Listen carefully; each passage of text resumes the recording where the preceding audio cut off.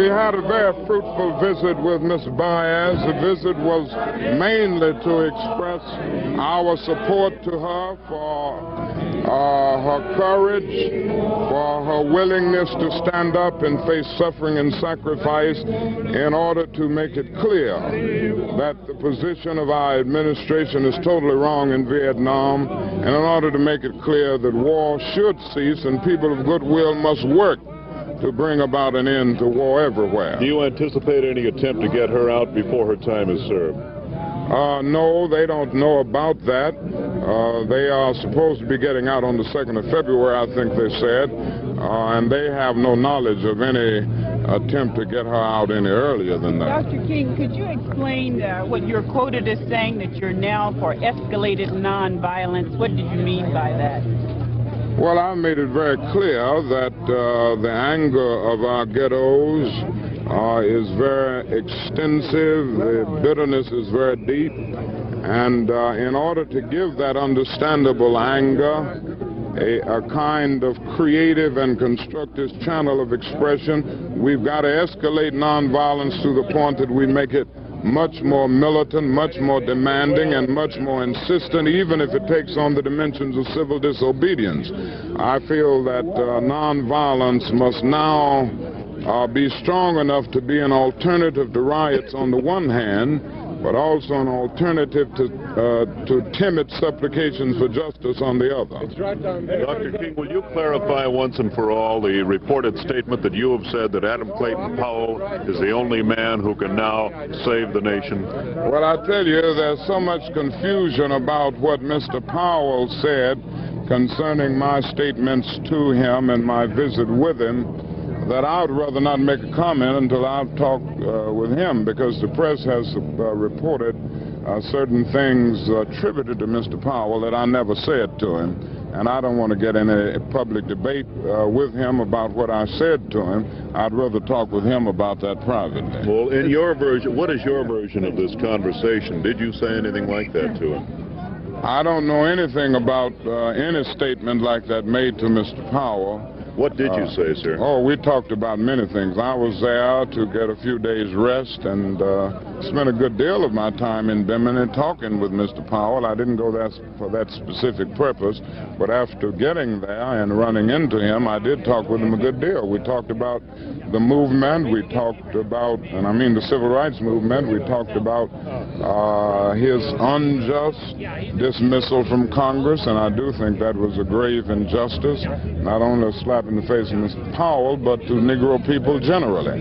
But some of the other things that he stated, at least as I have seen them in the press, are things that I never said, and I don't want to say anything about it until I've talked with him, because it could have been misquoted. Did you invite him to speak in Atlanta?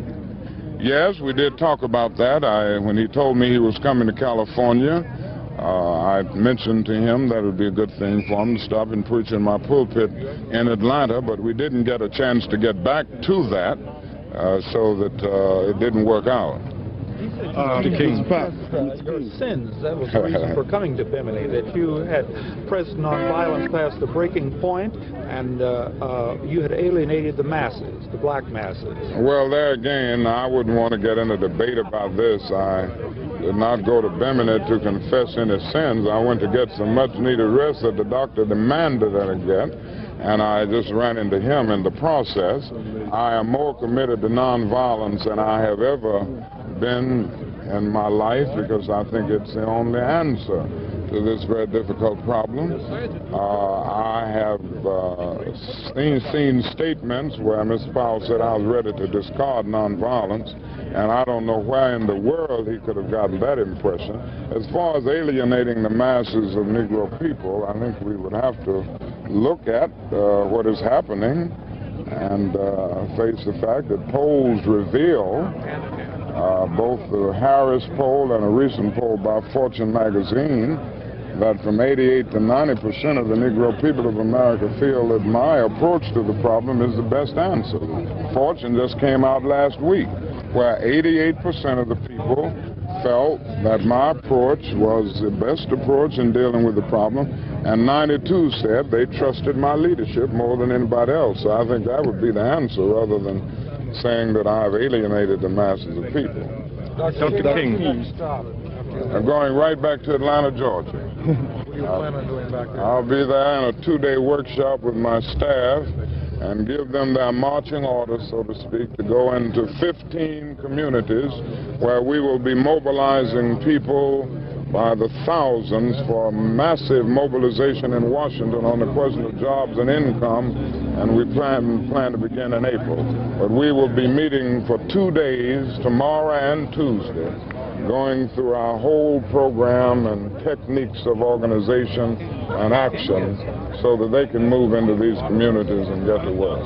Hey, Dr. King, nonviolence, sir, with hundreds of thousands of people involved. Well, we're going to start out with a core group of 3,000, and we're going to spend at least 2 months carrying them through the discipline of nonviolence. We feel that if you can get the initial group committed to tactical nonviolence at least, nonviolence can be as contagious as violence. The main thing is to get your core group committed, and this is why we're going to spend at least 2 months training them in the discipline of nonviolence. How long will you stay in Washington, D.C., sir? Well, we're going to stay until something is done about these conditions, these intolerable conditions. We're going to have certain specific demands, which we're working on now, and we're going to stay in Washington until we get an answer that we consider a meaningful, good faith, forthright answer to deal with these problems. Do you think there will be violence in Chicago this summer during the Democratic convention there? I can't say. There are groups speaking of having demonstrations around the convention, which I think is a good idea, but I haven't had a chance to meet with any of the groups so far, and I would hope that the demonstrations will be large, numerically strong in order to be effective, but I would also hope that they will be nonviolent in character. Do you intend to make a statement about Mr. Harris of Stanford, who intends to refuse to be inducted in the draft Wednesday, Dr. King? I'm not aware of that. I would have to look into that. Is he a student or a faculty? He was a student by the president of Stanford, and he resigned to organize a group that I was telling you about, the resistance. Oh, I see. Cooperative Selective Service. Well, certainly I always support this kind of act of conscience. I have strongly endorsed, I have strongly encouraged young men who come to me for advice to refuse to be drafted and be conscientious objectors if they feel that this war is unjust, as I happen to feel. What was the reaction of the people inside the prison, Doctor? You mean Ms. Baez or? Did you talk to Ms. Baez? Yes, I talked to both Ms. Baez and Mrs. Baez's mother, and to Joan, Ira Sanford. And as I said, their spirits are very high. They feel that they are where the... David Harris is joining Dr. King here now. David. They do not feel that they are doing anything wrong, and consequently they feel that the jail experience is just an expression of their witness. They made that very clear. We're going to do that. Against the war. Will they join you in Washington? Well, I'm sure they will. They've already been in some discussions with us on it, and I'm sure we'll have their support both morally and physically in Washington. Mr. King, I'm sorry, we have a meeting in... Just a minute, David Harris. Oh, this is Mr. Harris. So glad to meet you. Oh, yes. You could make it Wednesday morning if you're still out here. Oh, I'm so sorry. We've got to leave shortly for Atlanta. I have a 2-day meeting there. But you know I'll be with you in my moral support and my concern. And I appreciate your courage. All right, give my love to everyone in Atlanta. You know Bob Brown there at Stanford? He's a very good friend of mine. He's doing Mr. King, good would things. you advise me to burn my draft card? I feel that if you... What do you feel about the war in Vietnam, the war in general? Well, I feel that you should definitely, if you feel that it's unjust, that you should definitely refuse to serve. And I think that's... Dr. King, just before you leave, only following would you like to hold an old friend? Oh, yes, Could you hold it Yeah. up?